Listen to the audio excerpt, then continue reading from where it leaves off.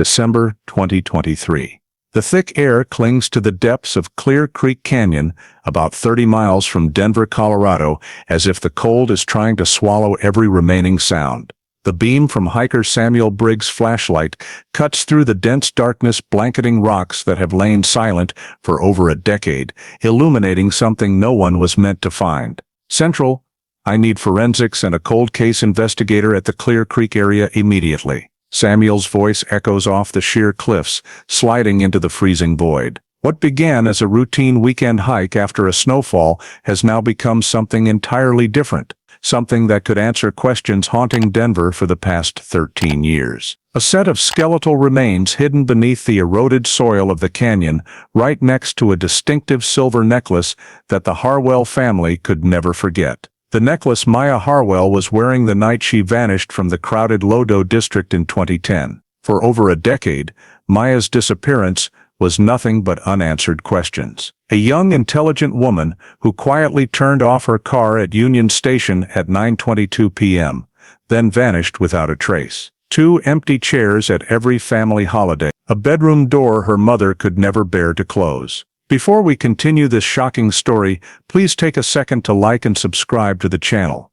Your support helps bring forgotten cold cases back into the light, and the algorithms will make sure you don't miss any future videos. The discovery in Clear Creek Canyon is not just a milestone in a missing persons case. It is the first domino in a chain of events that will expose secrets buried for over a decade within the Denver community. Because when authorities finally narrow the circle of suspects and re-examine every piece of data, the person who stands out is not some anonymous stranger in the dark. It is someone the community knew, trusted, and saw appearing at Maya's memorial events year after year, living among them for 13 years with a horrifying secret in their heart. The Maya Harwell case is not just a mystery being stirred awake again. It is proof of a family's unrelenting hope, investigators who refuse to let the file gather dust, and advances in forensic science that have finally given voice to victims silenced for too long. It is also the story of a community torn apart. When Maya vanished in 2010, suspicion spread through Denver like smoldering fire, neighbors eyeing each other warily, friends whispering behind backs, tensions long buried beneath the city's surface, now laid bare more than ever. Those cracks will split wide open when the truth is finally revealed after 13 years. What makes this case so haunting is that the answer was never truly far away. The prime suspect was interviewed in the initial investigation, but easily evaded scrutiny. For years, this person attended candlelight vigils for Maya, shook hands with her family, borrowing sympathy as cover, while concealing a secret no one could imagine. Where are you watching from today? Drop your location in the comments below. I always love knowing how far these stories reach and how they connect us. Tonight, we will retrace the final hours of that winter night in 2010. Reopen the investigation that stretched over a decade and uncover the shocking turning point that cast new light on one of Denver's coldest cases ever faced. This is a story of loss, perseverance, deception, and finally, justice delayed but not denied. December 2010, Denver was enveloped in frigid air sweeping down from the Rockies, with nighttime temperatures frequently dropping below 20 degrees Fahrenheit and thick snow blanketing sidewalks from Capitol Hill to Lodo. In this harsh winter setting, 33-year-old Maya Harwell had temporarily moved back into her family's apartment in Capitol Hill to make it easier to care for her father, who was undergoing long-term treatment at a medical center near downtown. Maya worked as a freelance designer, so pausing her schedule to support her father didn't disrupt her personal life much. On December 21st, Maya's day unfolded normally, morning at home with her mother, afternoon visiting her father at the hospital, and around 7 p.m., she told her family she was heading out to catch a small performance at Ophelia's Electric Soapbox, a familiar spot for music lovers in Lodo. Security footage from the venue captured Maya leaving the place at 9:14 p.m. Appearing alone and walking in the direction of Wynkoop Street, that was the last time anyone could confirm her presence. As the night wore on and the clock silently passed midnight with Maya still not home, worry within the Harwell family steadily turned into clear alarm, because Maya had never stayed out overnight without texting or giving a specific reason beforehand. Her mother called her phone repeatedly, but got only endless ringing, then contacted hospitals in the area with faint hope that her daughter might have had an accident. But no facility had any matching emergency intake. Next calls went to Maya's closest friends, but none had seen her after the previous evening, and no one knew where she had gone after leaving downtown. When dawn arrived and more than 12 hours passed in total silence, the family realized this was no ordinary delay, and that morning, Maya's mother called Denver's emergency dispatch to officially report her daughter missing. The call was received by the Denver Police Department shortly after 8 a.m., and from the initial information intake, the dispatcher flagged the case as beyond temporary non-contact. Because the victim was an adult woman with a stable routine, no history of sudden disappearances, and close family ties during a sensitive period while her father was receiving treatment. When the first response team arrived at the Harwell home, they began the intake process by collecting all baseline data on Maya: personal information, health status, close relationships, confirmed schedule and activities on December 21st. The risk assessment indicated her disappearance was highly unusual.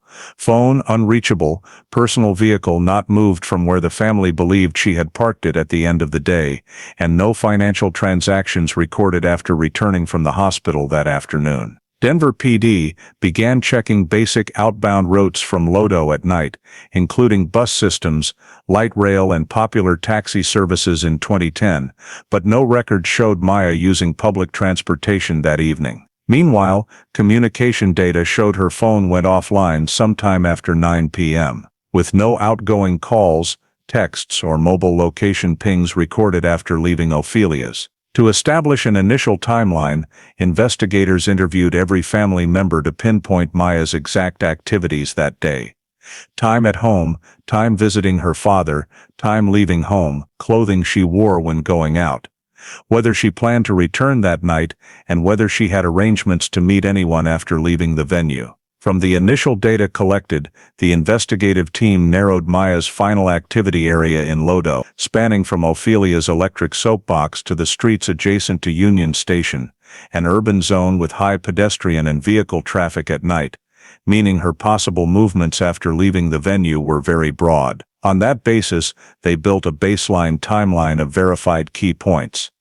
Maya left home around 7 p.m., visited her father at the hospital earlier, appeared at Ophelia's between 8 and 9 p.m., left the venue at 9:14 p.m., and from that moment vanished from all communication channels. This timeline quickly became the backbone of the entire investigation, allowing Denver PD to clearly define the last point of confirmed facts and the unexplained gap, while centering the core question of the case: what happened in the minutes immediately after Maya stepped out of the bar door on the night of December 21st. From that point, Denver PD moved into gathering peripheral information, expanding the sweep to the entire area around Ophelia's and neighboring streets, focusing on every possible source reflecting activity between 9 and 10 p.m. Reports from local residents, night shift business employees, service drivers, and security at buildings and parking lots. Alongside indirect information collection, the team conducted on-site surveys of all routes Maya might have taken after leaving the venue, from 20th Street down to Blake Street and branches toward Wynkoop Street, where entertainment, residential and transit areas near Union Station intersect. Reports from area residents were scattered, but still documented for cross-reference. For example, a restaurant worker reported seeing a woman in dark clothing walking quickly down the street shortly after 9:15 p.m. Aligning with Maya's departure time, however, the description of build and height was not specific enough to confirm it was her. A night taxi driver stated he saw a man standing at a distance watching a woman walking near the Wynkoop 18th intersection, but the observation distance was too far to be certain about facial features or clothing. All such data was treated by Denver PD as indirect evidence to be entered into a comparison network rather than evaluated in isolation. At the same time, commercial establishments within a few hundred meters of Maya's departure route were asked to provide security logs if available, including 24-hour convenience stores, a small hotel at the head of Wingcoop Street, low-level parking garages, and office buildings with nighttime surveillance. Most cameras recorded only low-quality or on automatic overwrite cycles, leaving key timestamps from the night of December 21st with only a few blurry off-angle fragments. Nevertheless, from a fixed camera at the front of Wingcoop Street, investigators spotted a male figure appearing in several disjointed frames. Average build, wearing a dark coat, keeping a considerable distance from Maya's walking position, with no identifiable interaction between the two. This information was not evidence, but became a factor to note in reconstructing the most likely travel path. Based on maps and local pedestrian habits, Denver PD outlined 3 possible routes Maya might have chosen after leaving Ophelia's, one straight along Wingcoop Street toward Union Station, the most common choice for someone heading back to transit. 2 turning onto Blake Street toward clusters of private parking lots, or 3 heading toward Market Street to hail a taxi or access personal transport. Comparing with cameras and scattered civilian observations, the first option was deemed most probable due to time and direction alignment. Therefore, Denver PD focused deeper analysis on the Wingcoop Street route, cross-referencing every camera segment and position where Maya appeared in the roughly 9 minutes after leaving the bar. Along that route, the camera near the 20th Street intersection recorded no woman matching Maya's description continuing after 9:18 p.m., while the camera near Union Station showed no sign of Maya entering the station grounds via the main entrance. This created a data gap. Maya may have turned down a side path, entered an unmonitored dark area, or moved out of surveillance coverage before reaching Union Station. Analysis of the later found location of Maya's vehicle reinforced the assumption she headed toward Union Station, but Denver PD recognized there was no direct evidence proving she actually entered or exited the station area, resulting in complete loss of trace as the clock passed 9:22 p.m. By synthesizing all peripheral data gathered within 2 days of the missing person report, including scattered witness observations, incomplete camera footage, and real route analysis, the investigative force concluded that Maya had moved toward Union Station and disappeared in the adjacent area before being captured by any additional surveillance system. This was regarded as the first and most critical data break in the case, marking the final boundary investigators could trace in Maya's journey before she vanished from all tracking signs on the night of December 21st.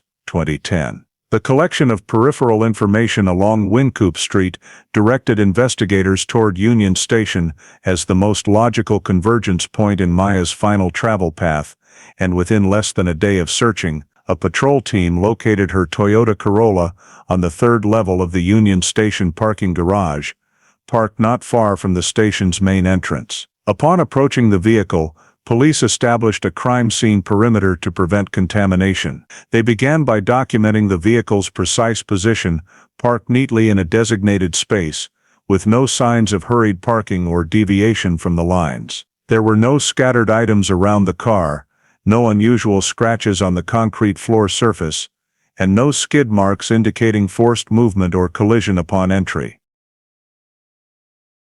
Cross-checking with the garage's entry control system logs, station staff confirmed all vehicles entering were time-stamped by sensors at the automatic gate, and records showed Maya's Corolla entered at 9:22 p.m. on December 21st, matching the time frame when Denver PD considered her to have vanished from Wingcoop Street surveillance. This verification eliminated the possibility that the vehicle was moved later or brought in by someone else at a later time. Exterior inspection revealed no signs of heavy impact or attempted forced entry. Windows were intact, with no breakage marks. Door handles showed no scratches or pry marks. Inside the vehicle, preliminary checks showed the interior tidy, no signs of struggle, belongings undisturbed, driver's seat in the position appropriate for Maya's height, and rearview mirror unadjusted. The vehicle's condition suggested Maya had parked it here under normal circumstances, without pressure or incident during the drive to the garage. The surrounding environment offered no additional direct clues. The 3rd-level corridor was quiet, lighting stable, no floor scuffs or physical signs of conflict near the car. Internal garage cameras provided only limited information because angles primarily covered entry-exit lanes and turns, not directly facing the parking spot where Maya's vehicle was found, making it impossible to identify who drove it in. Nevertheless, the entry timestamp and the vehicle's pristine condition reinforced the assessment that Maya had driven herself there and parked without hindrance before leaving the vehicle. This also indicated that the data break from Wynkoop Street to Union Station did not stem from the vehicle being taken elsewhere, but from Maya disappearing after completing her last aligned action in the timeline, entering the garage at 9:22 p.m. With no direct signs of conflict found around the car and no confirmed direction of Maya's departure from the garage, Denver PD concluded that the Corolla served only as the anchor point of her travel route, not the initial incident site, and how Maya exited the vehicle, or where she went afterward, became the central question to be clarified in subsequent investigative steps. After determining the final location related to Maya's vehicle, but finding no signs of conflict or any further direction of movement, Denver PD shifted to the next critical task, compiling a list of individuals who had close relationships or frequent contact with Maya in the period leading up to her disappearance, in order to build a clearer picture of her social circumstances and any interactions potentially relevant to her movements on the evening of December 21st. The initial list was constructed based on information from family members, including longtime friends, some former co-workers, a few acquaintances from past artistic activities, as well as individuals who had appeared in encounters around the time she returned to Denver to care for her father. From this broad list, Denver PD focused on 4 individuals who had the most frequent contact with Maya in recent months, 1 college friend, 2 acquaintances from her social circle, and 1 man who had a brief romantic relationship with Maya in the past, but maintained contact at a friendship level. Each was invited in for standard interviews, with the goal not to identify suspects, but to clarify information that could help narrow down the timing and context of Maya's whereabouts on the day she vanished. The interview content centered on consistent elements: who Maya had met in recent days, what her mood was like, whether she had shared any specific worries or plans, and especially who was the last person to speak with her directly before she left home on the evening of December 21st. One longtime friend reported exchanging messages with Maya early that afternoon about her plan to visit her father at the hospital, and then wanting to change the atmosphere with an evening attending a music performance. There was no indication that Maya had any other appointments to meet someone after the event at Ophelia's. Another acquaintance mentioned speaking with Maya 2 days earlier, and noted that she was quite stressed about her father's health condition, but she made no mention of any personal meetings that week. A third friend, who had previously had a closer-than-casual relationship, stated that he had not seen Maya in the past 3 weeks and had only communicated through brief messages, none of which involved plans to go out or meet on the night in question. The fourth person, who often joined the group for music events, confirmed that he did not go to Ophelia's on the evening of December 21st, but stayed home watching basketball, with others able to verify this. When asked when they last met Maya in person, all responded that it was within 1 to 2 weeks before the event, or even longer, depending on their level of closeness and personal schedules. None of them provided information suggesting Maya had plans to meet anyone in the Lodo area after leaving the bar. The investigation team also inquired about more sensitive relationships, personal conflicts, potential disagreements, or anyone who had pressured Maya, but none of the acquaintances mentioned any specific situations. Instead,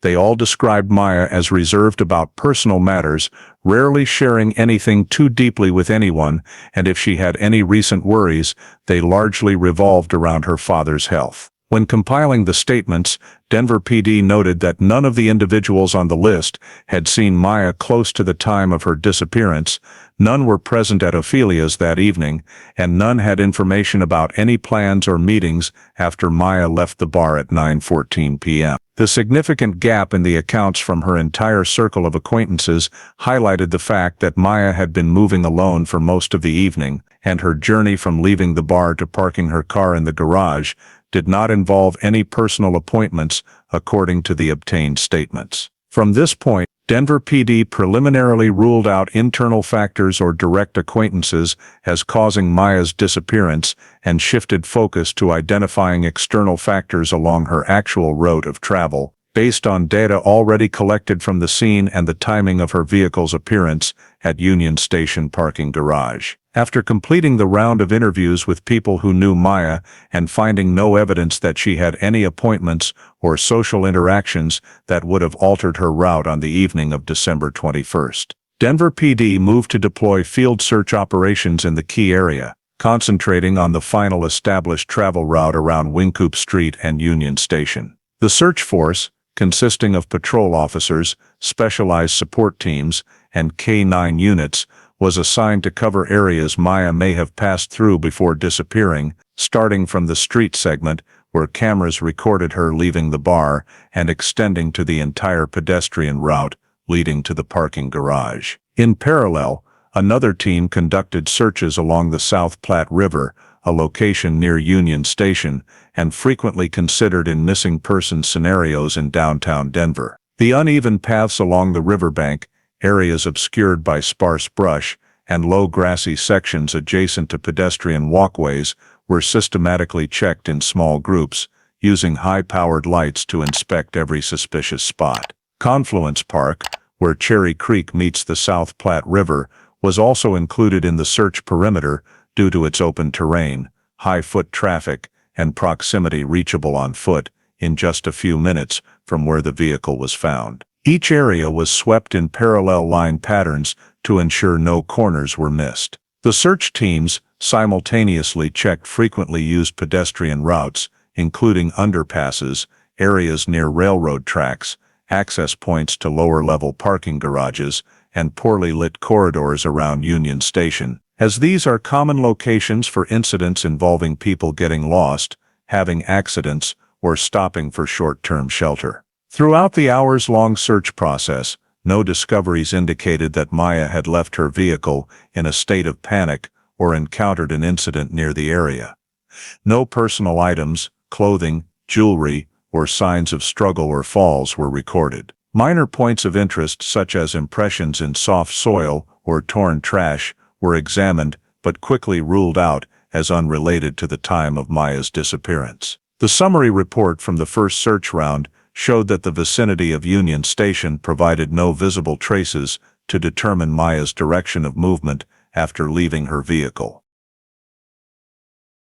The very emptiness of the scene, an area that should have had considerable evening activity, led Denver PD to assess that Maya may have left the immediate station vicinity faster than anticipated, or moved into a less noticeable area within a very short time frame after parking. Since no valuable signs emerged from the first search round, Denver PD proceeded to the phase of expanding the radius based on statistical models from missing persons cases in Denver over the previous decade, where a significant proportion of cases involved individuals leaving the downtown area only to be found in forested mountain or natural terrain regions outside Denver within a 10-30-mile radius. Although there was no direct evidence indicating Maya had left the urban core, investigators still considered this possibility, as the time between her parking at Union Station and the family discovering her missing provided a sufficient window for any vehicle to transport her out of downtown without detection by surveillance cameras. From these analyses, Denver PD identified two areas for the next searches: the trail systems and hillsides along the western edge of Denver, extending toward Golden and Lookout Mountain, along with several more remote areas along highways leading out of the city. These locations feature complex terrain with many obscured trails, shallow valleys, low brush, rock crevices, and infrequently used turnoffs. So the search was conducted by multiple small teams using a grid search pattern to ensure every accessible portion of terrain was checked. Search teams moved in groups of 3-5 people, assigned routes based on detailed area maps, using topographic compasses, handheld GPS devices, and powerful flashlights to sweep places unreachable by natural light or infrastructure lighting. Special priority was given to locations with sudden terrain changes, such as cliff edges, rock ledges, or narrow gullies, due to the higher likelihood of entrapment or falls in cases of unexpected pedestrian accidents. Though in Maya's case, this possibility was rated low, because she had no history of nighttime hiking or spontaneously leaving the city without notification. In addition to direct searching, teams coordinated with rangers and natural park staff to review reports of unusual nighttime activity on the date of the incident, such as strange noises, vehicle lights appearing at night, or any signs of movement into the area at the precise time Maya went missing. However, the reports yielded no specific or consistent information. After hours of grid pattern checking, no items, footwear impressions, personal accessories, or any signs matching Maya's description were found in Golden or Lookout Mountain. Search teams also recorded no evidence of forced vehicle stops or ground-disturbing activity on the night in question. The expanded search round report concluded that the likelihood of Maya voluntarily traveling to these areas was low, as there was no realistic basis or evidence suggesting she had the motivation or means to do so after leaving her car in the garage. This made the hypothesis of Maya leaving the downtown area through someone else's intervention more noteworthy, although there was still no sufficiently strong verified data to conclude in that direction. The absence of traces in the expanded search simultaneously clarified that the highest probability area remained within the urban core, right where Maya's last data trail abruptly ended before she disappeared completely from direct observational evidence. Maya's Toyota Corolla, after being located on the third floor of Union Station parking garage and sealed to preserve scene integrity, was towed to the Denver PD forensics area for detailed technical analysis. This was a crucial step to determine whether the vehicle could provide any clues about Maya's condition before her disappearance, as well as to assess the possibility that someone else had intervened or used the car after she left the driver's seat. First, the forensics team examined the entire exterior surface of the vehicle, including the front doors, rear doors, hood, trunk, and areas around the windshield. No signs of recent collision, fresh scratches, dents, or attempts to pry open doors were recorded. The door edges showed no warping, and the paint exhibited no mechanical tampering, ruling out anyone deliberately forcing entry during Maya's drive to the garage. Next, the team moved to the interior cabin, where evidence of Maya or anyone else operating inside the vehicle before departure would be most apparent. The driver's seat was adjusted to a position consistent with Maya's known build, with no signs of major repositioning or dragging, and the seatbelt remained intact without unusual twisting or stretching. The glove compartment, center console, cup holders, and door pockets were inspected, but no items were out of place or disturbed in a way suggesting searching or hurried actions. The floor mats were clean, with no fresh mud or dirt, indicating no one with soiled footwear entered the vehicle after Maya left the bar. Notably, the passenger seat and rear seats showed no traces indicating anyone else had ridden with Maya on the trip to Union Station. The next step involved checking the locking systems, both mechanical and electronic. Both functioned normally, with no signs of tampering by sharp objects, lock-picking tools, or jamming devices. The door lock sensor logs showed the last door closing event recorded at the time the vehicle entered the garage at 9:22 p.m., consistent with the garage's timestamp mechanism and supporting the hypothesis that Maya was the one who drove it to that location. The vehicle's electronic systems, including the dashboard, warning indicators, and basic parameters, were examined to determine if any updates or anomalies appeared on the evening of December 21st. All readings were completely stable, fuel level consistent with the short trip from Capitol Hill to Lodoo, no warning lights illuminated, no error codes logged in memory. This confirmed the vehicle operated normally and experienced no mechanical issues before Maya parked and exited the driver's seat. The most critical part of the examination was extracting basic trip data and logs from the ECU. The ECU provided information on the most recent engine shutdown, ignition status, speed and engine temperature at timestamps close to when the vehicle entered the garage. Analysis showed the vehicle came to a stop and was shut off precisely at 9:22 p.m., with no subsequent records indicating the engine was restarted, the vehicle moved, or any mechanical interference occurred afterward. This completely ruled out the possibility that someone else used Maya's car to leave the garage after she had exited the driver's seat. The ECU also logged speeds in the preceding minutes consistent with the route from the Lodoo area to Union Station, with no signs of sudden acceleration or hard braking that would indicate abrupt forces on the engine. Additionally, inspection of potential trace evidence on the steering wheel, gear shift, dashboard, and door handles yielded no further information suggesting anyone else had driven or opened the vehicle during travel.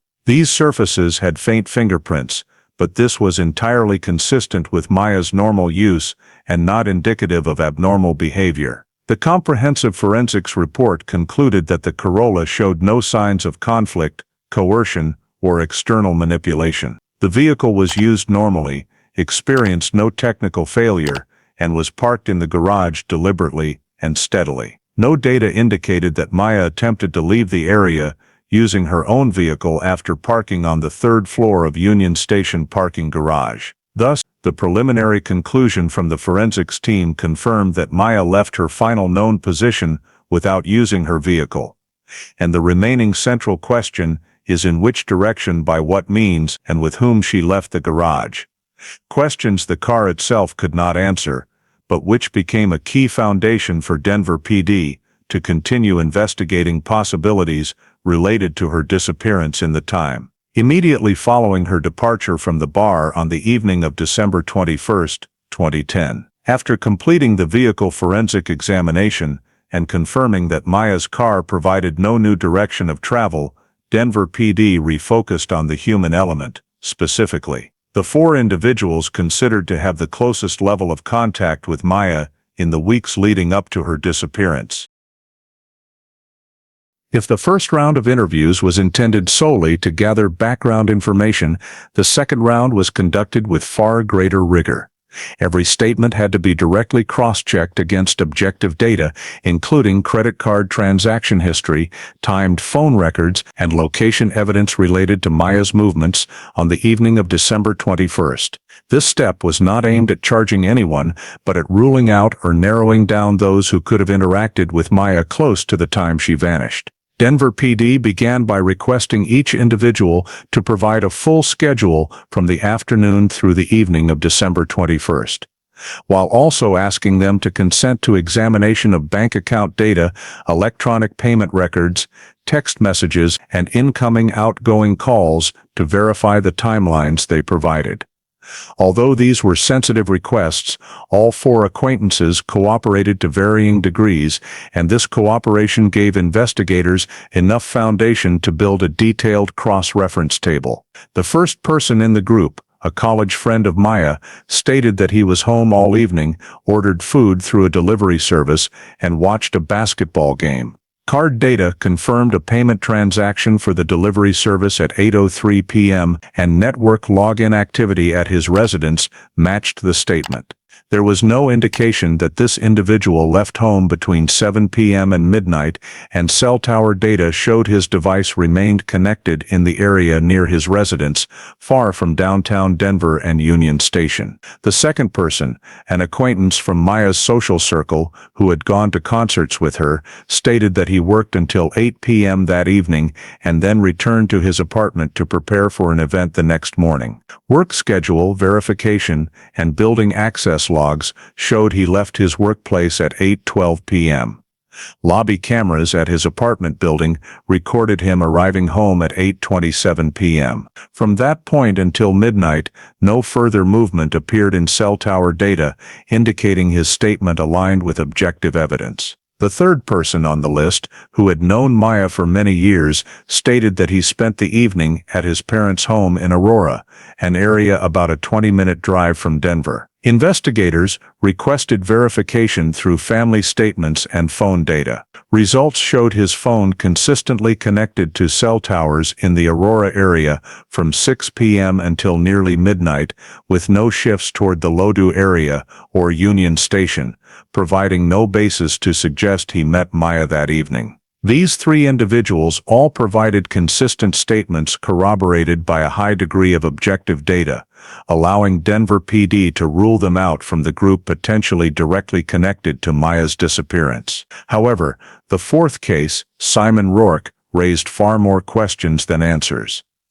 In the first interview round, Simon stated that he spent the evening in the Highlands area, met a few friends, and returned home around 10 p.m. But when Denver PD began cross-referencing this statement with objective data, inconsistencies quickly emerged. First, there were no credit card transactions proving Simon had been at a restaurant or public venue in Highlands that evening. When asked about the friends he claimed to have met, Simon said he didn't remember clearly and later cited the meeting being informal, so he could not provide names. This prompted investigators to request cell tower data to verify Simon's actual phone location that evening. Initial analysis showed Simon's device left his residential area around 8:45 p.m. and was picked up by a tower near the edge of downtown shortly before 9 p.m. After 9:10 p.m., the device connected to a tower not far from the route Maya was recorded taking when leaving the bar. This time frame overlapped with Maya's appearance on Wynkoop Street, captured by surveillance cameras, raising the question of whether Simon was in the vicinity at that exact time. When confronted with this, Simon offered vague explanations. He might have driven through the area, or the phone might have connected automatically while he was near the edge of coverage. However, Denver PD noted that the tower data indicated Simon's phone was in a smaller coverage zone close to locations Maya passed through, not merely picking up a broad signal. More importantly, when investigators asked Simon to account for his location from 9:15 p.m. to 10 p.m., the period when Maya was recorded entering the garage, he could not provide a specific explanation. He first said he was driving home, then corrected to stop for a moment to take a call, and later said he stopped at a convenience store but didn't remember which one, and had no receipt. These successive changes in his account left the roughly 50-minute window between 9:15 p.m. and 10 p.m. unverifiable for Simon. There were no witnesses confirming his presence, no camera footage, no financial transactions, and phone device data placed him in the exact area not far from Maya's route. Investigators concluded that while there was no direct evidence linking Simon to Maya's disappearance, the inconsistencies in his statements and the unaccounted-for time frame made him the only individual in the acquaintance group who could not be ruled out at this stage. The report concluding the second interview round noted Simon Rourke as a person of interest to monitor, not because of incriminating evidence, but because he was the only one unable to provide a seamless explanation when cross-checked against objective time data, a factor that stood out clearly when all others had reliable alibis on the night Maya vanished. In parallel with analyzing statement data and identifying Simon Rourke's unprovable time frame, Denver PD continued expanding the vehicle-based line of inquiry, a critical component in any disappearance occurring in a downtown area, especially when the victim was confirmed to have left her personal vehicle without evidence. She departed in it. Since Maya's Corolla was found in the Union Station parking garage with a fairly precise entry time recorded, the next step was to collect complete entry-exit data for all vehicles present in the garage between 8:45 p.m. and 10 p.m. on December 21st. This window encompassed the period when Maya left the bar, traveled toward Union Station, and parked, so any vehicle appearing in this time frame was considered potentially relevant to varying degrees. Data from the automated gate control system was extracted, providing the number of vehicles entering, exiting, and the exact times each passed the sensors. Combined with garage camera images, though not comprehensive, still sufficient to identify shape, color, and vehicle type, Denver PD compiled a detailed list of nearly 100 vehicles present in the garage during the period under review. After classification, most vehicles were quickly ruled out because their owners lived nearby or had clear reasons for being at Union Station at that time, such as picking up relatives by train, working a night shift, or using the station as a transit point. However, one vehicle stood out due to anomalous appearance, a large black SUV that entered the garage twice within less than 40 minutes, and then left in a direction inconsistent with typical patterns of vehicles using Union Station as a transit hub.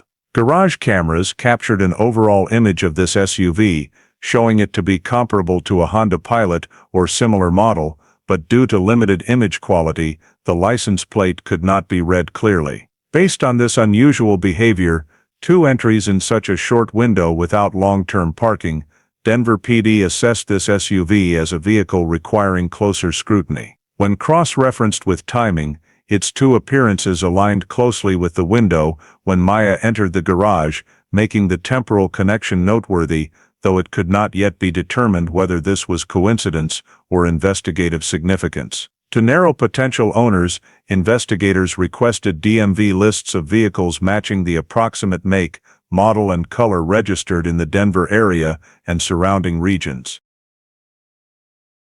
The initial list was too large for immediate processing, but by narrowing based on identifiable features such as body shape, rear angle, and taillight style captured by cameras, Denver PD eliminated mismatched models and reduced the list to a smaller group of potential owners. Because the license plate could not be identified, vetting this list would require additional verification steps in the future.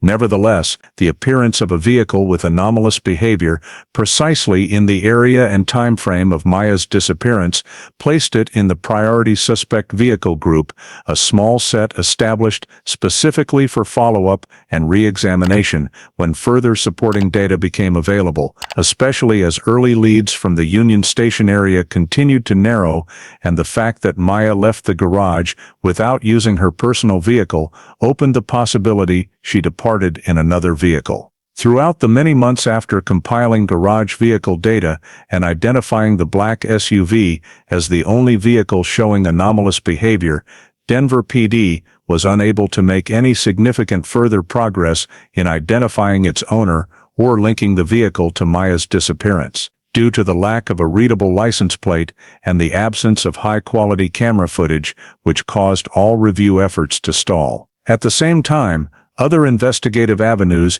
yielded no results, no new witnesses emerged, no peripheral reports added valuable information, and expanded community interviews in the Lodo area only produced scattered, unverifiable descriptions. Efforts to retrieve private or business cameras within a few blocks of Union Station also failed to produce any clear images of Maya or anyone potentially with her after the disappearance point.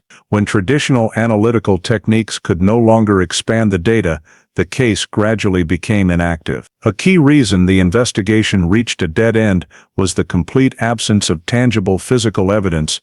Maya left her car intact, with no signs of struggle, no items left outside the garage, no jewelry, accessories, or objects scattered along her final confirmed route.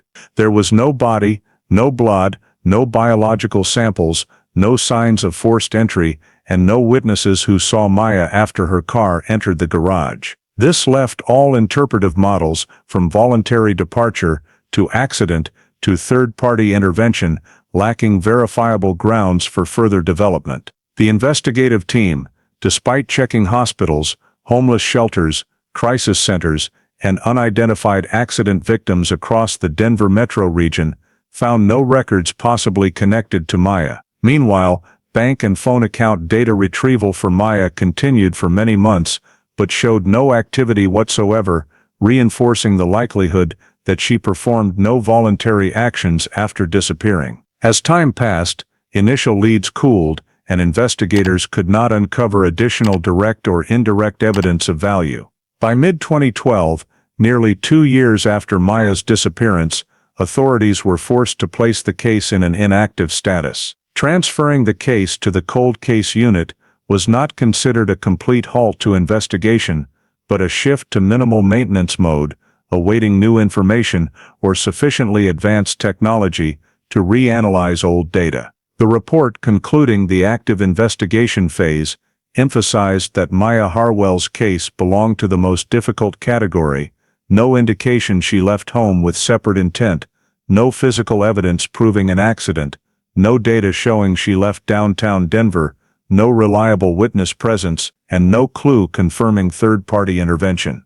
The sheer absence of information placed this disappearance in a particularly high-complexity group, and transferring it to the cold case unit became a necessary step, given that all exploitable avenues at the time had been pursued without progress. After being moved to inactive status, Maya Harwell's missing persons file remained on the long-term watch list of the Denver Cold Case Unit. From 2014 to 2018, the unit conducted periodic cyclical reviews, a process applied to stalled cases that could not yet be fully closed. The review of Maya's file aimed to assess whether advances in analytical methods and new supporting techniques emerging after 2010 could help re-expand the investigative scope.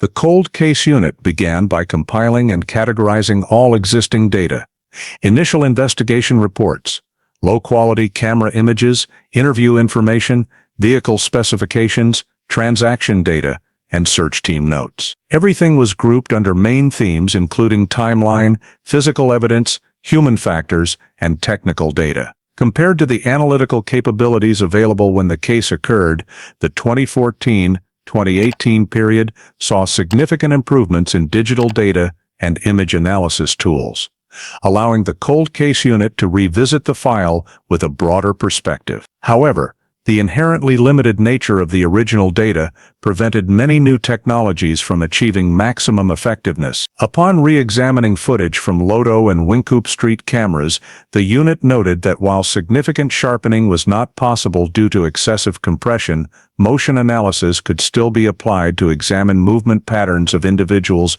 appearing in the same time frame as Maya. In the frames showing Maya leaving the bar and proceeding along the street, the shadow of an individual moving behind her remained a prominent detail. The Cold Case Unit assessed this as the first flag point of suspicion, not because evidence proved this person's involvement, but because this was the only individual in close proximity to Maya at the last recorded moment, and this person's identity remained completely unverified. This was considered point of suspicion number 1, a key data point left unresolved since 2010 due to ineffective image analysis tools at the time. The second point of suspicion concerned the anomalous appearance of the black SUV in the Union Station parking garage. Review of vehicle data during the cold case phase confirmed that this model did not belong to any regular resident or employee who frequently used parking services at Union Station, and its 2 entries in a short time frame without long-term parking continued to be viewed as abnormal behavior. The Cold Case Unit recorded this as the only vehicle exhibiting repeated behavior during the period Maya was in the area.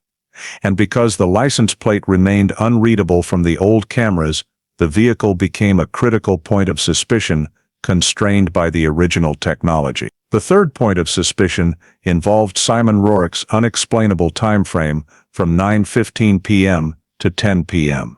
The Cold Case Unit confirmed that in 2010, cell tower analysis methods lacked the precision to pinpoint a device's exact coverage area. However, Simon's lingering unresolved data, including changing statements, no financial transactions, no witnesses, and inability to prove his whereabouts during the window when Maya was recorded entering the garage, continued to stand out as a clear point of suspicion. Since the other 3 individuals in Maya's acquaintance group all had verified alibis from multiple data sources, Simon's position outside the consistent alibi pattern caused his name to reappear in cold case reports as the only person who could not be fully ruled out. During the file reanalysis, the Cold Case Unit noted that all 3 points of suspicion held potential value if supplemented by additional data or newer technology. However, at the time of review, these elements remained insufficient to establish legal grounds for formally reopening the investigation. The cameras were not clear enough to identify the person following Maya. The SUV could not be traced due to the missing license plate, and Simon's blank time frame could not be converted into evidence without new linking factors to Maya's location at the time of disappearance. Thus, although the file was thoroughly reviewed and the 3 core points of suspicion were reflagged, the cold case unit concluded that the necessary conditions to reactivate active investigation were not yet met, and Maya's disappearance remained in the category of cases awaiting a breakthrough in data or an external event to change the outlook. By early 2023, after more than a decade without progress, the disappearance of Maya Harwell took an unexpected turn when a local resident, while walking along a trail section in the Clear Creek Canyon mountainous area, about 30 minutes drive west of Denver, discovered a portion of human bone protruding from soil eroded by a prolonged snow and rain event. Noticing that the location and characteristics of the remains appeared unusual, the person immediately reported it to authorities, prompting the Jefferson County Sheriff's Office to coordinate with Denver PD and the cold case unit to secure and cordon off the scene. The initial excavation revealed the remains scattered across a small area, including the skull, long bones, and various fragments, alongside a silver necklace that had tarnished over time. The bone fragments were collected and transferred to the forensic lab under careful preservation conditions to prevent physical damage and ensure DNA analysis remained possible. Forensic examination results obtained just a few weeks later confirmed that the skeleton belonged to Maya Harwell, based on a match between her dental records and the remaining tooth and jaw structures on the recovered bones. The positive identification provided an answer to the question that had lingered for over 13 years regarding Maya's whereabouts, while definitively ending any possibility that she was still alive, a possibility that had always been extremely slim but could never be entirely ruled out without concrete evidence. More significantly, the forensic findings went beyond mere identification. External examination of the skull revealed a large fracture running along the temporal parietal region, with characteristics consistent with forceful impact from a hard object with a narrow contact surface. This was not typical of an ordinary fall accident, nor was it compatible with natural post-mortem degradation over time.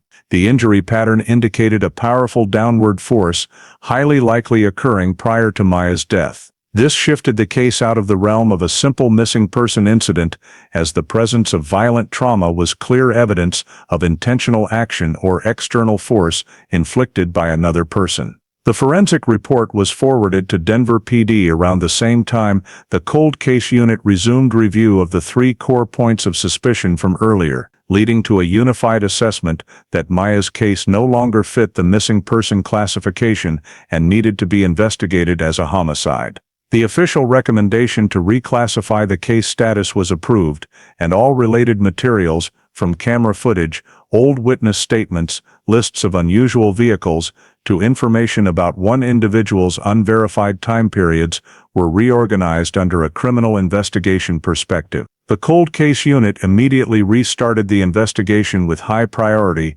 treating the discovery of the remains and the evidence of violent trauma as the key to reopening the entire case. Finding the body after more than 13 years not only established the physical endpoint of the search for Maya, but also raised new questions about the circumstances that led her to appear in the remote mountainous area far from where she was last seen in Denver, laying the foundation for subsequent analytical steps to determine the cause of death and the sequence of events on the night of December 21, 2010. The discovery of Maya Harwell's remains and confirmation that this was a homicide case prompted the cold case unit to immediately reopen the entire archive of old data, with the most critical elements being the footage captured in the Lodo and Union Station areas on the night of December 21, 2010. Whereas at the time of the incident, security cameras had low resolution, poor lighting, and limited angles that created major obstacles for analysis,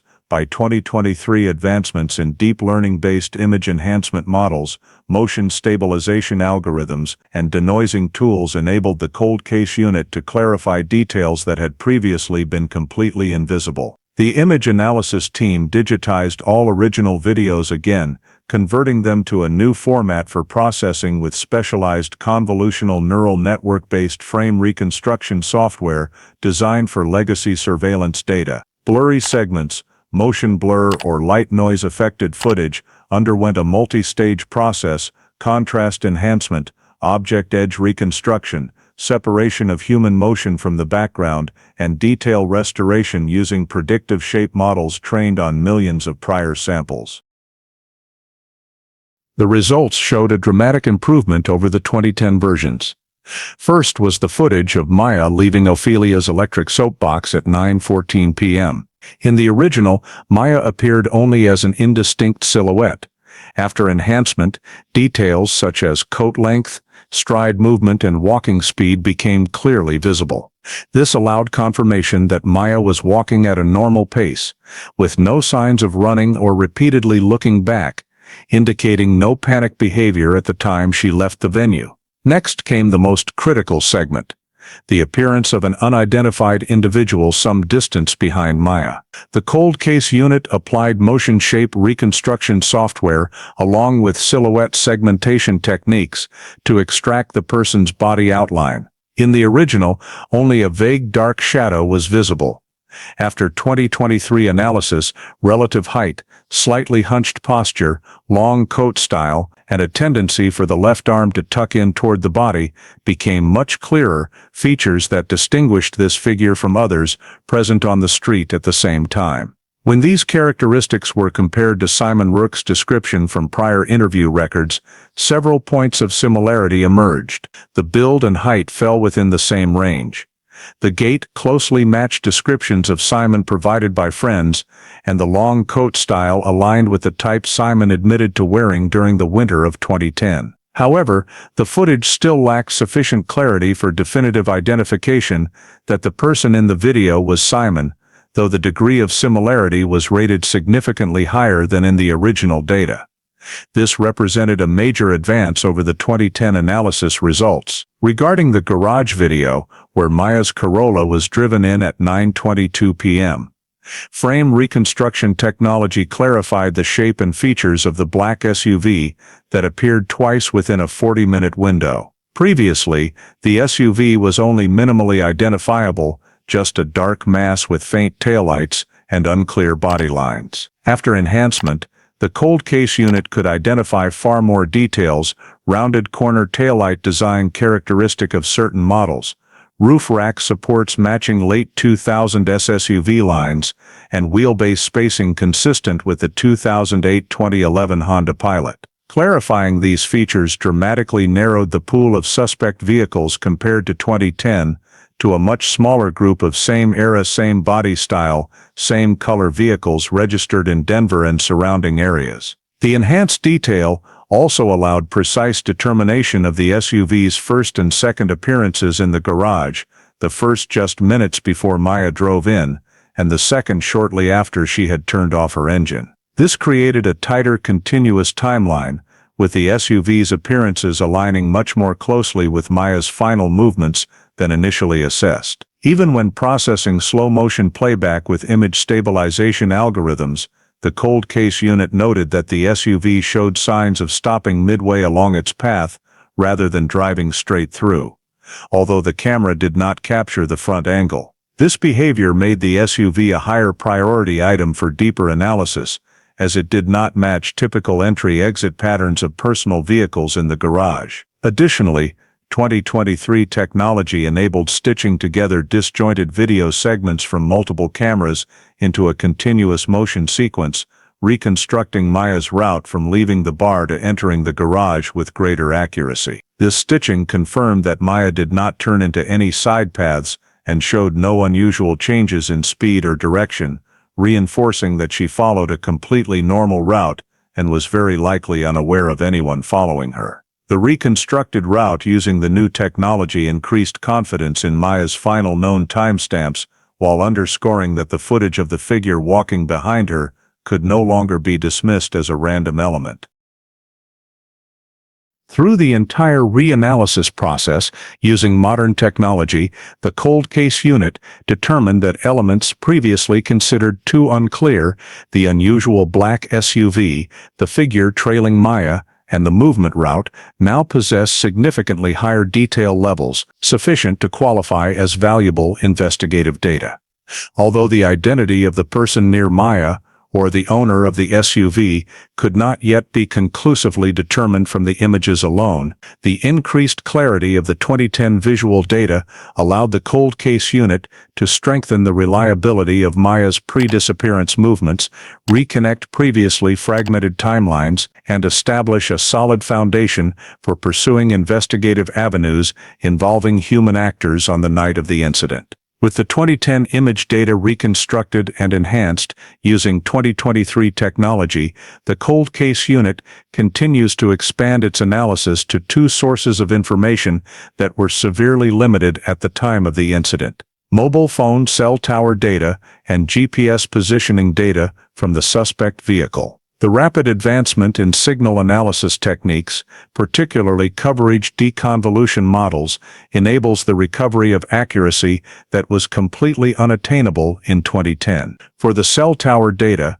Denver PD extracted the full connection logs from the three major carriers operating in Denver during the year of the incident. The raw 2010 records originally only showed timestamps when a device connected or handed off between cell sites, but new technology allows the cold case unit to perform deeper analysis based on signal strength, antenna direction, overlap levels, and timing of minor handoff events within the same cell to estimate the device's actual location with significantly reduced margin of error. When reanalyzing Maya's data, the results confirm what the initial investigation had documented.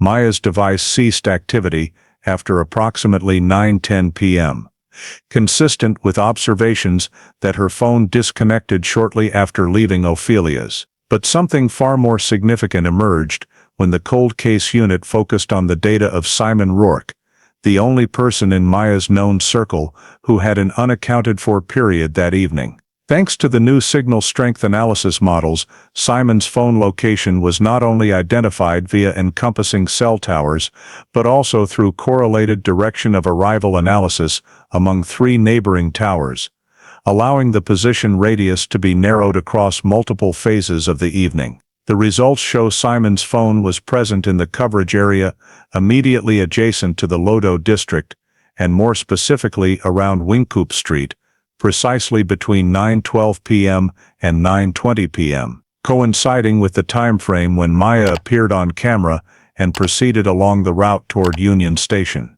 The fact that Simon's device connected through an antenna directed toward the Union Station area during the 9:20 p.m. to 9:30 p.m. window indicates he was likely at a location only a few hundred meters from the garage at the moment Maya drove into the lot. This is a match that 2010 analysis could not detect due to significant technical limitations. Next, the cold case unit coordinated with the manufacturer of the SUV line recorded by the camera to request retrieval of GPS positioning information stored in the navigation assistance systems of 2008-2011 model year vehicles. In that era, many vehicles lacked modern integrated GPS, but some manufacturers stored route logs to support warranty service or diagnostics. After cross-referencing the list of vehicles matching the unusual black SUV characteristics observed in the garage, the cold case unit reviewed each potentially relevant VIN in the suspect area. Only a small number of vehicles were produced in the correct model year, body style, tail light type, and registered for use in the Denver area. Among them, only one vehicle was found to have preserved 2010 GPS logs from the system's automatic maintenance data storage, and notably, the SUV's route on the evening of December 21st recorded clearly anomalous movement through the Lodo area, entering the Union Station parking garage exactly twice between 9 p.m. and 9:45 p.m. The GPS data shows the first garage entry aligning just minutes before Maya left camera view on Wynkoop Street, and the second entry occurring immediately after Maya shut off her engine in the garage, a coincidence the cold case unit assesses as not possibly random. Furthermore, the SUV's route later that evening shows it leaving Denver westward along the highway leading to the Clear Creek Canyon area, where Maya's remains were discovered more than a decade later. The alignment between the suspect SUV's GPS data and Maya's final location creates a linkage that was previously entirely impossible to establish. When the two data sources, Simon's cell tower records and the suspect SUV's GPS, are combined with the enhanced camera imagery, the cold case unit constructs a complete digital timeline in which each timestamp is cross-referenced with geographic position 9:14 p.m. Maya leaves Ophelia's 9:15 p.m. A figure behind Maya is captured on camera. 9:18 p.m. Simon's phone connects through a tower near Wynkoop Street. 9:22 p.m. Maya enters the garage with her vehicle. 9:24 p.m. The SUV appears in the lot for the second time. 9:30 p.m. Simon's phone departs the Union Station coverage area, and from 9:45 p.m. to 10 p.m., the SUV is recorded moving west of Denver along the route leading to the area where Maya was found. This new digital timeline provides a highly reliable data structure in which three elements that were once merely isolated suspicions, the man appearing near Maya, the anomalous SUV, and Simon's unverified time window, now align systematically. Although each individual data point alone is not conclusive, the convergence of cell tower, GPS, and enhanced imagery makes the entire sequence of events on the night of December 21st more coherent than at any point since the case began, reconnecting fragments of the journey that had been severed for many years. Once the digital timeline was completed and demonstrated clear overlaps among Maya's timestamps, the suspect SUV's GPS data, and Simon Rourke's phone signal locations, the cold case unit decided to proceed to the next step, re-summoning the four acquaintances previously interviewed in 2010 to re-evaluate their entire statements in light of the new data. The objective was not merely to review old statements, but to test each individual's consistency when confronted with technical information now far more precise than in the initial phase. The first three individuals summoned cooperated as before, and when investigators presented the new cell tower data, along with analyses of their movement patterns, all demonstrated perfect alignment between objective data and their 2010 statements. Maya's college friend was confirmed to have remained at home the entire evening, with phone signals fixed in the apartment area and no movement toward downtown Denver. The other two were similarly confirmed. One remained tied to coverage at their workplace and family home in Aurora, while the other had continuous location data showing they never left the building where they resided. All three were definitively ruled out, as the digital timeline leaves no gaps for any possibility they were present at Wynkoop Street, Union Station, or Clear Creek Canyon during the critical times related to Maya's disappearance. In contrast, the interview with Simon Rourke quickly revealed profound inconsistencies when his statements were compared to the new technological data. When re-asked about his whereabouts on the evening of December 21, 2010, Simon maintained that he was just driving around and never went to the Lodo area, while claiming any apparent proximity to Maya was merely coincidental due to cell signal bounce. However, the 2023 cell tower data shows Simon's phone not only connected through broad coverage, but specifically through an antenna precisely covering the Wynkoop Street area at the time Maya appeared on camera. This occurred across multiple consecutive pings, something impossible if the phone were at a distant location or moving in a different direction. When investigators presented a three-dimensional map simulating antenna directions, signal strengths, and distances from the location Simon claimed to the actual coverage area, his explanation became untenable. Tension escalated when the cold case unit cross-referenced the suspect SUV's GPS data. When asked whether Simon had ever owned or used a black SUV between 2008 and 2011, he replied, "Never." However, vehicle registration records show Simon was the titled owner of a 2008 Honda Pilot, matching the characteristics of the SUV captured on camera, which he sold in 2011, only months after Maya's disappearance. When investigators presented the recovered GPS map from the system logs, showing minute-by-minute alignment between the SUV's movements and Maya's timeline, Simon denied everything but offered no reasonable explanation for his vehicle being at Union Station parking garage twice during the window Maya was in the area, nor for its subsequent travel toward Clear Creek Canyon, where her remains were later found. The cold case unit continued to scrutinize the nearly 1-hour blind period in Simon's original statement. What in 2010 was merely a suspicious gap became a crucial piece with the new data. Cell tower records show Simon leaving Wynkoop Street shortly after Maya parked, then moving in a direction consistent with the suspect SUV's GPS route. When asked to explain precisely where he was between 9:15 p.m. and 10 p.m., Simon provided 4 different versions in the same session, first saying he was driving home, then saying he was stopped taking a call, then saying he was getting gas, and finally, "I don't remember." No financial transactions, no camera footage, and no witnesses corroborated any of his claims. Meanwhile, the cell tower and GPS records tell an entirely different story. Simon was in the Wynkoop Street area, precisely as Maya walked through it.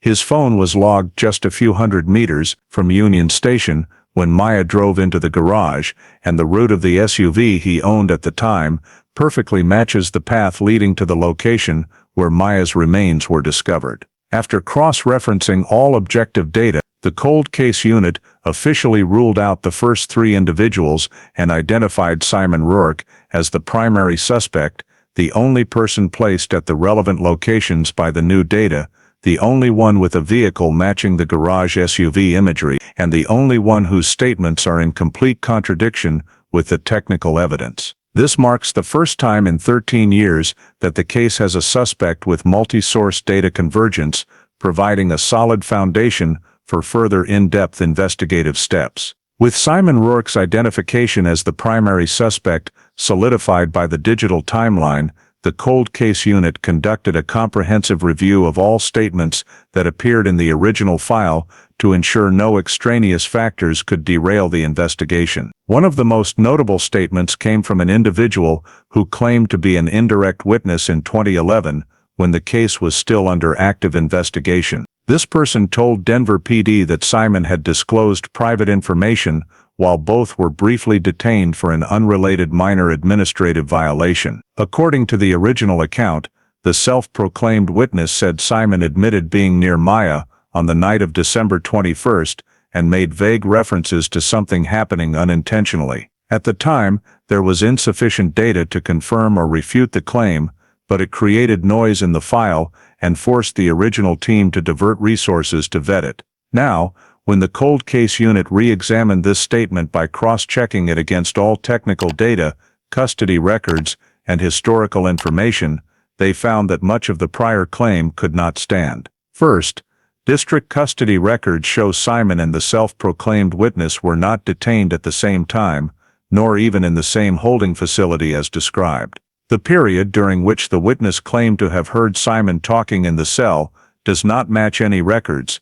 Simon was held only overnight for identity verification related to a traffic violation, while the witness was detained at a separate facility in Jefferson County. Investigators also retrieved movement logs within the facility, hallway camera footage, and shift logs, confirming the two were never placed in the same area and had no opportunity for private conversation as alleged. Second, when the cold case unit compared the vague confession content described by the witness to the new data, clear contradictions emerged. The witness claimed Simon left town immediately after Maya disappeared, but cell tower data and transaction records show Simon remained continuously in Denver right after the night of December 21st. Similarly, the witness stated Simon had no car at the time, directly contradicting vehicle registration records proving he owned the 2008 Honda Pilot matching the garage vehicle.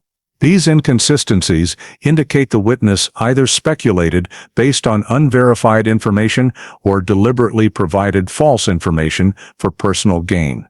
A pattern seen in many prolonged cases where incarcerated individuals seek sentence reductions by offering purported investigative value.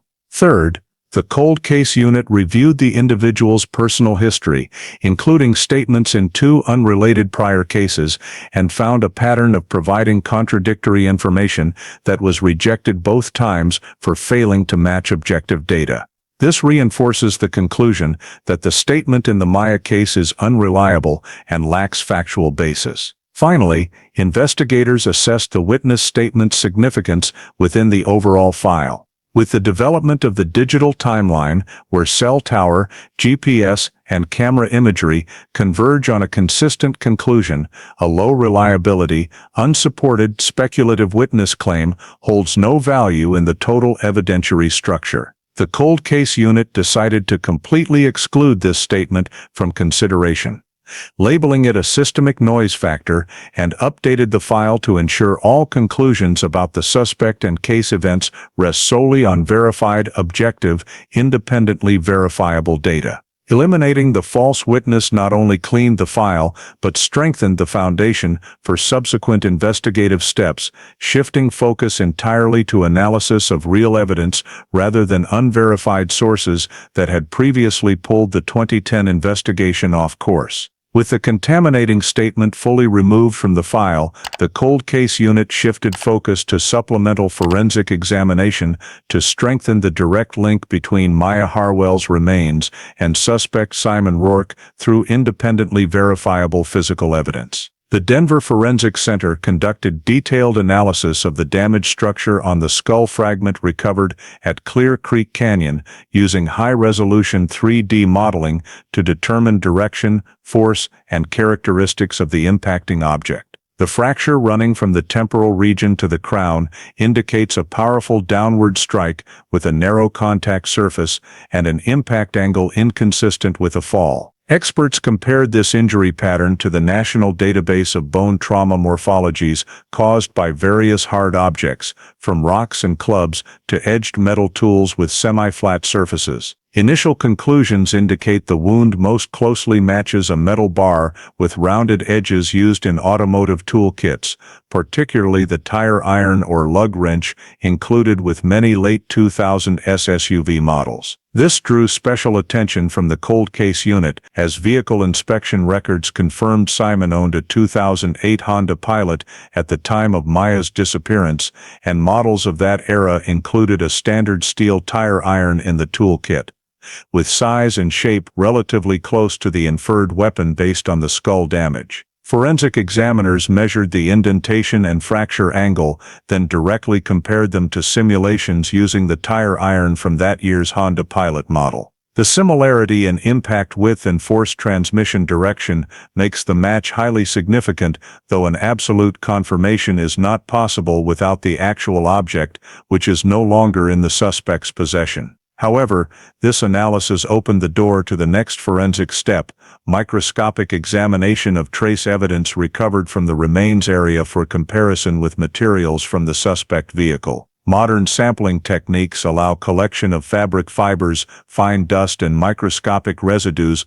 left on clothing or the body even after more than 10 years of decomposition if environmental conditions do not cause complete destruction. From the bone fragments and surrounding soil, the lab recovered several small, heavily degraded synthetic fibers, still analyzable via infrared spectroscopy. Material analysis identified these as polyester nylon blend fibers with a weave characteristic of certain SUV seat upholstery lines from 2007-2011. Cross-referencing with the technical specifications of the 2008 Honda Pilot and its common interior options, the cold case unit found this fiber type matches the product line used in the version Simon once owned, confirmed through vehicle registration and maintenance records. Although this fabric type was not exclusive to Honda, the match in color, fiber structure, and polyester-nylon blend ratio indicates a high likelihood the recovered fibers contacted interior surfaces of a similar vehicle model. Another forensic examination was performed on the surface of one of the long bone fragments found near the skull. Electron microscopy revealed fine dust particles with a mineral composition characteristic of urban garage cement, including silicates, alumina traces, and tire rubber particulates, a mixture commonly found in multi-level parking structures. This proves Maya's body had direct contact with an area having a surface and environment similar to a garage before being transported to Clear Creek Canyon. When cross-referenced with the digital timeline, which places Simon's SUV at Union Station parking garage immediately after Maya entered the lot, the cold case unit recognized this as a perfectly fitting piece within the existing data chain. Finally, the lab re-examined the silver necklace found beside the remains to check for unusual impact or abrasion marks. Several deep scratches on the pendant surface, inconsistent with natural decomposition, exhibited characteristics matching the curved metal edge of an object similar to a tire iron, further supporting the possibility that Maya suffered violent impact from a specific object prior to death. When all forensic analyses, from skull trauma, fibers, fine dust, to scratches on personal items, were synthesized, the cold case unit concluded there exists a consistent chain of correlations between Maya Harwell's remains and a vehicle once owned by Simon Rourke. Although each piece of evidence individually falls short of absolute proof of connection, the multi-layered convergence across datasets makes Simon the person most probabilistically in direct contact with Maya prior to her death, according to the full investigative team's assessment. When the supplemental forensic examination results strengthened the direct link between Maya Harwell's body and the vehicle previously owned by Simon Rourke, the Denver District Attorney's Office officially entered the prosecution phase by compiling all physical evidence, digital data, and forensic analysis into a comprehensive charging document. This document did not rely on a single factor, but on a continuous chain of logic. Cell tower data placed Simon on the exact route Maya traveled. The SUV's GPS showed overlapping presence in the garage. Enhanced camera footage captured a figure with features closely matching Simon following behind Maya.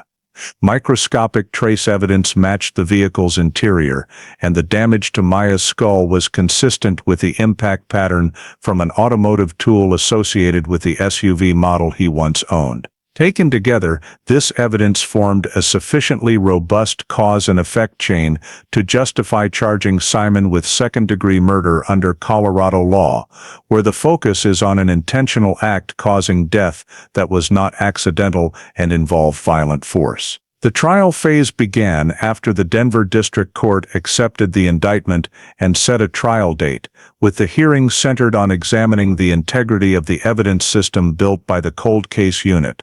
Prosecutors presented each layer of evidence chronologically to demonstrate a seamless connection between Simon and Maya on the night of December 21, 2010. The trial focused on three main axes of data: digital evidence, physical evidence, and behavioral evidence. The defense attempted to discredit each element by arguing that the evidence was merely circumstantial, but the jury found that the consistency across multiple independent sources was the core of the argument chain. They examined how Cell Tower 2023 could narrow Simon's device location to the Wynkoop Street coverage area, how the GPS from the 2008-2011 SUV aligned with the route to the body recovery site, and how the skull fracture matched the force pattern from a tool corresponding to Simon's former vehicle line. Forensic experts testified to explain the correlation pattern between the injury-causing object and bone trauma. Digital analysts demonstrated that the image enhancement and cell tower analysis processes met proper standards, and lead investigators explained how they connected disparate data points into a tight timeline without violating inference principles. Throughout the trial, the key issue the court considered was the reasonableness of the data interpretation. If Simon was not the one who inflicted the fatal injury on Maya, there would need to be an alternative hypothesis of equivalent plausibility that explained all the data. However, the defense could not present any reasonable model to account for why Simon's device appeared at the same time and location as Maya. Why his SUV was present in the garage twice during the window of Maya's disappearance. Why microscopic materials matching his vehicle's interior appeared at the remains site.